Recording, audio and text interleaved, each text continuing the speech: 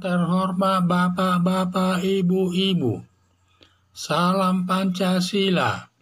Bapak-bapak, ibu-ibu yang melihat video saya ini, tolong jangan lupa subscribe, like, dan di-share. Sifatnya gratis.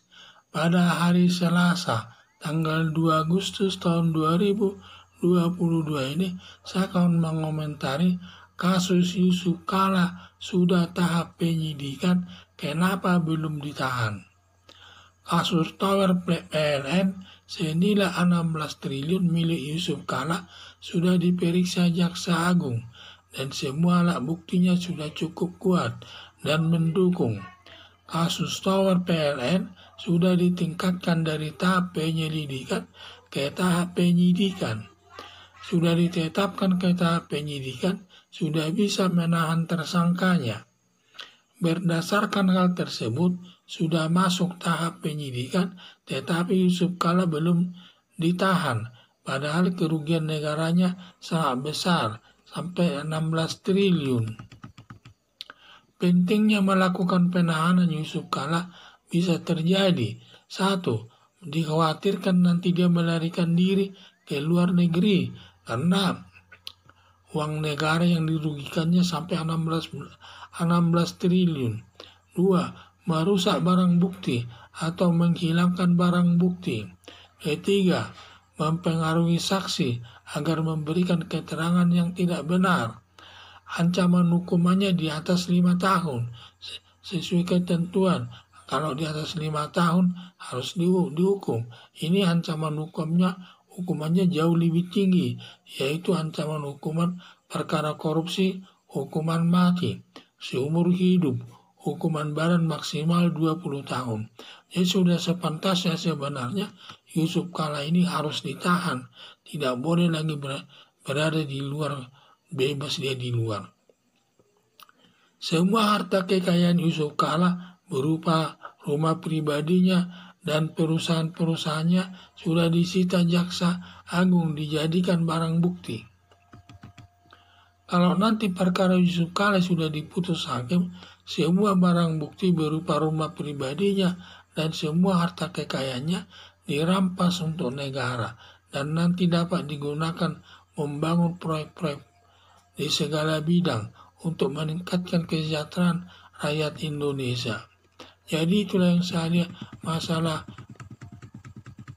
Yusuf Kala ini, di mana dia sudah melakukan pembangunan tower PLN senilai 16 triliun. Ini milik Yusuf Kala, sudah diperiksa Jaksa Agung dan semua alat buktinya sudah cukup kuat. Sampai Jaksa Agung menyatakan perkara ini harus terus sampai ke pengadilan. Kasus Tower PLN sudah ditingkatkan dari tahap penyelidikan ke tahap penyidikan. Sudah ditetapkan ke tahap penyidikan, sudah bisa menahan tersangkanya. Berdasarkan hal tersebut, sudah masuk tahap penyidikan, tetapi Yusuf Kala belum ditahan, padahal kerugian negaranya sangat besar sekali, sebesar 16 triliun rupiah. Pentingnya melakukan penahanan Yusuf Kala bisa terjadi karena 1. Dikhawatirkan dia melarikan diri ke luar negeri nanti. 2. Merusak barang bukti atau menghilangkan barang bukti atau mempengaruhi saksi agar memberikan nanti keterangan yang tidak benar di persidangan. Dan juga sanksi hukumannya minimal 5 tahun. Sedangkan sanksi hukuman daripada perkara korupsi ini hukuman mati, seumur hidup, dan hukuman badan maksimal 20 tahun. Jadi dalam hal ini saja sebenarnya Yusuf Kala sudah harus ditahan itu. Melihat ancaman hukumannya sangat berat, hukuman mati, seumur hidup, dan hukuman badan maksimal 20 tahun. Ini sudah harus ditahan ini, tidak boleh dia berada di luar. Dan kemungkinan nanti bisa dia melarikan diri, diduga bisa dia melarikan diri ke luar negeri, yaitu karena nanti bisa atau juga ada tindakan-tindakan yang dikhawatirkan kalau dia tidak ditahan, yaitu dia bisa melarikan diri ke luar negeri dan juga kedua nanti bisa dia merusak barang bukti dan atau merusak barang bukti atau mempengaruhi saksi nanti di lapangan agar nanti saksinya itu tidak memberikan keterangan yang benar dan juga bisa mempengaruhi saksi tersebut. Dan ancaman perbuatan hukumannya di atas 5 tahun, padahal ancaman hukuman perkara korupsi sampai hukuman mati, hukuman seumur hidup, dan hukuman badan maksimal 20 tahun. Ya, ini perlu dipertimbangkan ini supaya Yusuf Kala itu harus ditahan karena kerugian negara sangat besar, 16 triliun rupiah. Jadi ini yang perlu ditahan, jangan hanya perkara kecil ditahan, ini harus ditahan ini. Dan juga jangan sampai nanti dia melarikan diri ke luar negeri.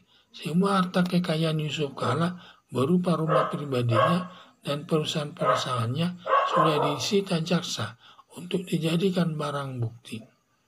Kalau nanti perkara Yusuf Kala sudah diputus hakim, semua barang bukti berupa rumah pribadinya dan semua harta kekayaannya dirampas untuk negara dan nanti dapat digunakan membangun proyek-proyek pembangunan di segala bidang untuk meningkatkan kesejahteraan rakyat Indonesia.